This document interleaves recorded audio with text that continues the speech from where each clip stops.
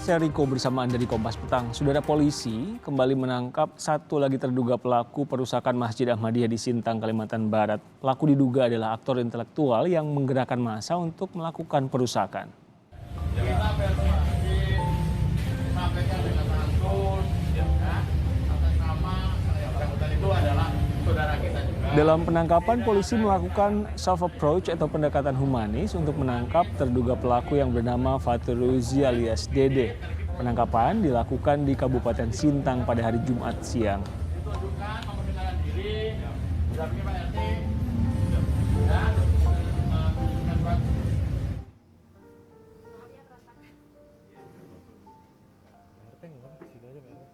Dalam pendekatannya, polisi menemui keluarga terduga pelaku dan memberikan penjelasan serta surat penangkapan. Dalam upaya penangkapan, polisi langsung disaksikan oleh keluarga dan kerabat terduga pelaku.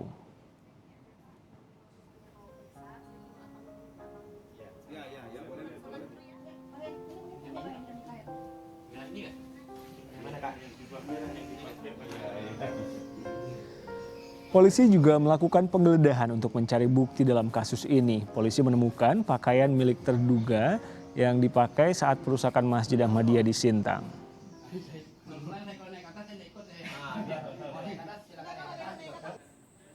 Polisi telah menetapkan 22 orang sebagai tersangka perusakan Masjid Ahmadiyah di Sintang, Kalimantan Barat.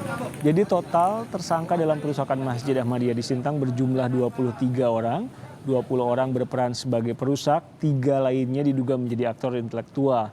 22 orang ditahan di Polda Kalimantan Barat. Lebih lengkap kita tanya ke jurnalis Kompas TV Iksan Ginanjar. Iksan, setelah ditangkap dibawa kemana sekarang DPO atau buron perusak Masjid Ahmadiyah di Sintang?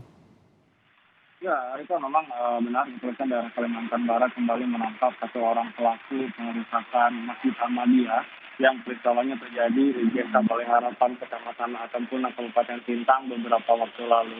Penangkapan terhadap tersangka berinisial F atau GD tersebut dibenarkan oleh Kepala Bidang Hubungan Masyarakat Kepolisian Daerah Kalimantan Barat, Komisaris Besar Polisi Doni Charles Go, melalui sambungan telepon bersama saya pada siang hari tadi. Kami Humas mengatakan bahwa penangkapan terjadi pada hari Jumat siang kemarin, di mana dalam proses penangkapannya polisi mengedepankan pendekatan humanis dengan santun, dengan membawa surat penangkapan, berkomunikasi dengan keluarga dan juga RT daripada tempat tinggal pelaku ini, Riko.